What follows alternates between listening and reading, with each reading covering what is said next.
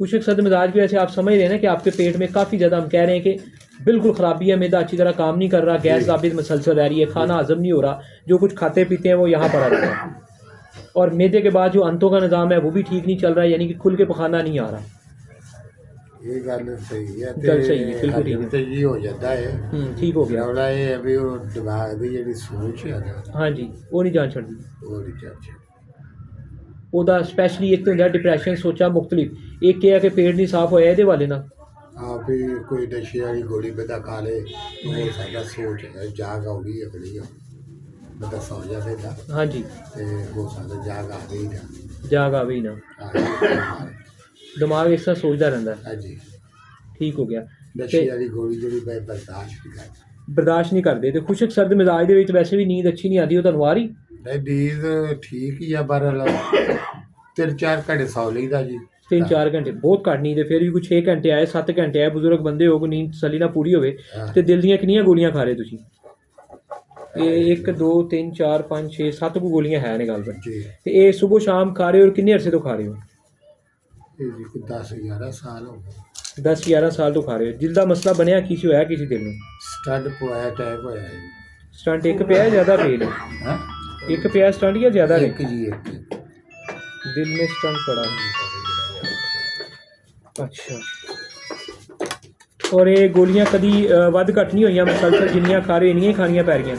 आया शुगर की होड़ लाई आ ते आ कोलेस्ट्रॉल दी खादा है। शुगर का मसला कितनी देर तो बने? थोड़ा ही देर हो गया, 2 साल। दिल में स्टंट पड़ा, 11 साल से दवाइयाँ चल रही हैं। कभी ताज आई है जी, कभी थले 150 से आ जाती है। ठीक है, और अब 2 साल से शुगर है? जी ठीक हो गया। 200 तक रहती है? जी जी, 200 150। बिल्कुल ठीक हो गया। और ब्लड प्रेशर आई होंगे? हाँ जी, ब्लड प्रेशर है जी। यानी कि दिल दी दवाइयां जी बीपी हाई कंट्रोल करने की भी गोली चलती भी कोई? हाँ जी। लेकिन वो 11 साल, वो कितने साल तो चलती भी, वो भी 11 साल तो चल रही? हाँ जी, ये भी बहुत अच्छे थे, वो तो भी लगी 11 साल तो लगी, यानी कि रुकी नहीं गई। जी। यानी कि ਅਸੀਂ ਜਿਹੜੀ ਗੱਲ ਸਾਨੂੰ ਬਾਅਦ ਕਦ ਕਹਿਣੀ ਪੈਂਦੀ ਹੈ, ਮਤਲਬ ਕੁਛ ਤੇ ਚੀਜ਼ਾਂ ਛੁੱਟਣ ਨਾ ਇਨਸਾਨ ਦੀ ਜ਼ਿੰਦਗੀ ਚੋਂ, ਮਗਰ ਕੋਈ ਵੀ ਚੀਜ਼ ਨਹੀਂ ਛੁੱਟ ਰਹੀ। ਬੀਪੀ ਦੀ ਗੋਲੀ ਵੀ 11 ਸਾਲ ਤੋਂ ਨਾਲ ਹੀ ਚੱਲਦੀ ਪਈ, ਬਲਕਿ ਸ਼ੂਗਰ ਦੀ ਵੱਧ ਗਈ, ਟੈਨਸ਼ਨ ਡਿਪਰੈਸ਼ਨ ਦੀ ਗੋਲੀ ਵੱਧ ਗਈ, ਵੀ ਦਿਲ ਦਾ ਤੇ ਮਸਲਾ ਹੈ ਹੀ ਹੈ। ਉਹਦਾ ਤੇ ਚਲੋ ਸਟੰਟ ਪੈ ਗਿਆ, ਅੱਛੀ ਗੱਲ ਹੈ, ਉਸ ਤੋਂ ਬਾਅਦ ਵੀ ਜ਼ਿੰਦਗੀ ਵਕਤਾਂ ਨਹੀਂ ਪਈ। ਚਲੋ ਅੱਲਾ ਸਿਹਤ ਦੇਗਾ। ਅਸੀਂ ਜਿਹੜਾ ਇਲਾਜ ਮੁਆਲਜਾ ਕਰਾਂਗੇ ਉਹਦੇ 'ਚ ਅਸੀਂ ਮਿੱਦ ਨੂੰ ਬਿਹਤਰ ਕਰਾਂਗੇ, ਅੰਤੜੀਆਂ ਨੂੰ ਬਿਹਤਰ ਕਰਾਂਗੇ, ਜਿਗਰ ਨੂੰ ਬਿਹਤਰ ਕਰਾਂਗੇ, ਖੂਨ ਦੇ ਅੰਦਰ ਸਫਰਾ ਪੈਦਾ ਕਰਕੇ, ਹਰਾਰਤ ਪੈਦਾ ਕਰਕੇ, ਤੁਹਾਡੀ ਖੁਸ਼ਕੀ ਘਟਾ ਕੇ ਗੁਰਦੇ ਦੇ ਰਸਤੇ ਫਾਸਦ ਮਾਦੇ ਬਾਹਰ ਕਢਾਵਾਂਗੇ। ਫਿਰ ਤੁਹਾਡਾ ਜਿਹੜਾ ਖੂਨ ਗਾੜਾ ਹੈ, ਬਹੁਤ ਜ਼ਿਆਦਾ ਖੁਸ਼ਕ ਹੈ, ਉਹਦਾ ਜਿਹੜਾ ਪ੍ਰੈਸ਼ਰ ਜਾਂਦਾ ਹੈ ਦਿਲ ਦੀ ਤਰਫ ਜਾਂ ਦਿਮਾਗ ਦੀ ਤਰਫ, ਉਹਦੇ ਤੋਂ ਬੀਪੀ ਹਾਈ ਹੋ ਰਿਹਾ, ਇਹਨਾਂ ਚੀਜ਼ਾਂ 'ਤੇ ਕੰਟਰੋਲ ਆਏਗਾ। ਠੀਕ ਹੈ, ਫਿਰ ਜਦੋਂ ਇਹ ਤੁਹਾਡੇ ਅੰਦਰੋਂ ਹਰਾਰਤ ਖੁਸ਼ਕੀ ਫਾਸਦ ਮਾਦੇ ਨਿਕਲਣਗੇ, ਤੁਹਾਡੀ ਸ਼ੂਗਰ ਕੰਟਰੋਲ 'ਚ ਆਏਗੀ, ਤੇ ਫਿਰ ਸਾਰੇ ਬਾਕੀ ਮਾਮਲਾ। ਨੀਂਦ ਵੀ ਉਮੀਦ ਹੈ ਕੋਈ 5-6-7 ਘੰਟੇ ਤੱਕ ਜਾਏਗੀ। यानी कि बीपी की गोली असी कहेंगे रखो कोल, खाओगे उदों जो कभी लगेगा शक पेगा हाई। ठीक है जी, फिल वक्त हजे एकदम भी बंद नहीं करनी है।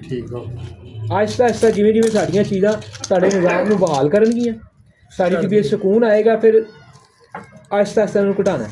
मतलब एक कोलेस्ट्रोल की गोली असी कहेंगे घटा दो, क्योंकि कोलेस्ट्रोल आज तक तुहाडे अंदरों बाहर निकल ही नहीं रहा, यानी कि चर्बियाँ बाहर निकल ही नहीं रही। वो चर्बियाँ जिसम से उदों बाहर निकलणगियां जो सफरा हरारत पैदा होएगी, एक रतूबत जिगर पैदा करेगा, फिर उस तो बाद वो जिगर और गुर्दियां के रस्ते उन्होंने वाश करके बाहर कटेगा। इस तरीके आसानी आएगी इंशाअल्लाह ताला। चलो बाकी जड़ियाँ मोटिया मोटिया लामता तुहानूं पुछ लेने। गैस पेट से ज़्यादा बन रही है ना? हाँ जी, गैस भी बढ़ जाती है, बदहज़मी हो जाती है। ठीक हो गया। बीपी हाई हो जाता है। बीपी हाई ये दिन च एक अद्धी बारी हुंदा है या किस टाइम ते हुंदा है? जदों कोई गर्म शय खा लीए, दुध की पत्ती पा लीए, खाने से ब्लड फौरन हाई हो जाता है।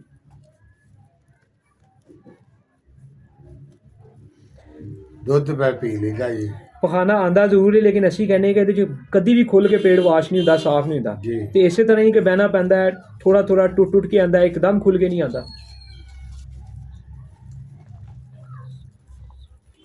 ਤੁਸੀਂ ਬਜ਼ੁਰਗੋ ਆਏ ਕਿੱਥੋਂ? ਨਮਾਨ ਸਾਹਿਬ ਨੇ ਖਲਾਇਆ ਇਹ ਲੱਖੋ ਕੇ ਲਿਆੜੀਓ। ਠੀਕ ਹੋ ਗਿਆ। ਤੇ ਉਹ ਜਿਹੀ ਲੱਖੋ ਕੇ ਰਹਿੰਦੇ ਆ ਜੀ। बिल्कुल ठीक हो गया। नमानो प्रोफेसर नमान साहब की रेफरेंस है, बिल्कुल ठीक हो गया। अब लिख लिया, साढ़े भी सही चलेगा इंशाल्लाह, अल्लाह खैर करेगा। सब आता है, ओके हो गया।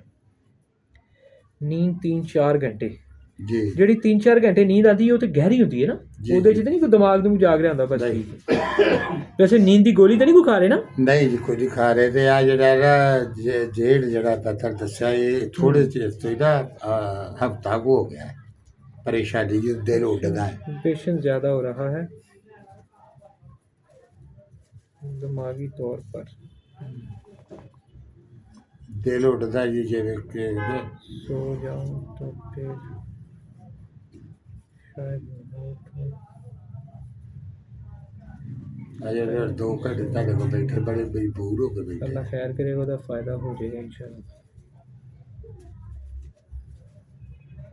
ਮਤਲਬ ਦਿਲ ਕਿਸ ਤਰ੍ਹਾਂ ਆਵਾਜ਼ਾਰ ਹੁੰਦਾ ਹੈ ਜਾਂ ਘਬਰਾਉਂਦਾ ਹੈ? ਜਿਵੇਂ ਇੱਥੇ ਬੈਠੇ ਆ, ਬਾਹਰ ਜਾਣ ਨੂੰ ਦਿਲ ਕਰਦਾ ਹੈ ਜਾਂ? ਜਿਵੇਂ ਦਰਵਾਜ਼ਾ ਬੰਦ ਕਰੀਏ ਹਾਂਜੀ, ਤਾਂ ਆਪ ਅੰਦਰ ਬੈਠੇ ਆ ਤੇ ਰੋਕੀ ਅਜੇ ਉੱਡੇ ਜਾਂਦੇ ਦਿਲ ਉੱਡੇਗਾ, ਘਬਰਾਏਗਾ ਵੀ, ਅਰੇ ਪਤਾ ਨਹੀਂ ਕੀ ਹੋ ਜਾਣਾ। ਹਾਂ ਤੇ ਜਦੋਂ ਸੋਈਏ ਉਦੋਂ ਵੀ ਇਹੋ ਹੀ दिल बंद और तंग जगह पर परेशान होता है, घबराता है।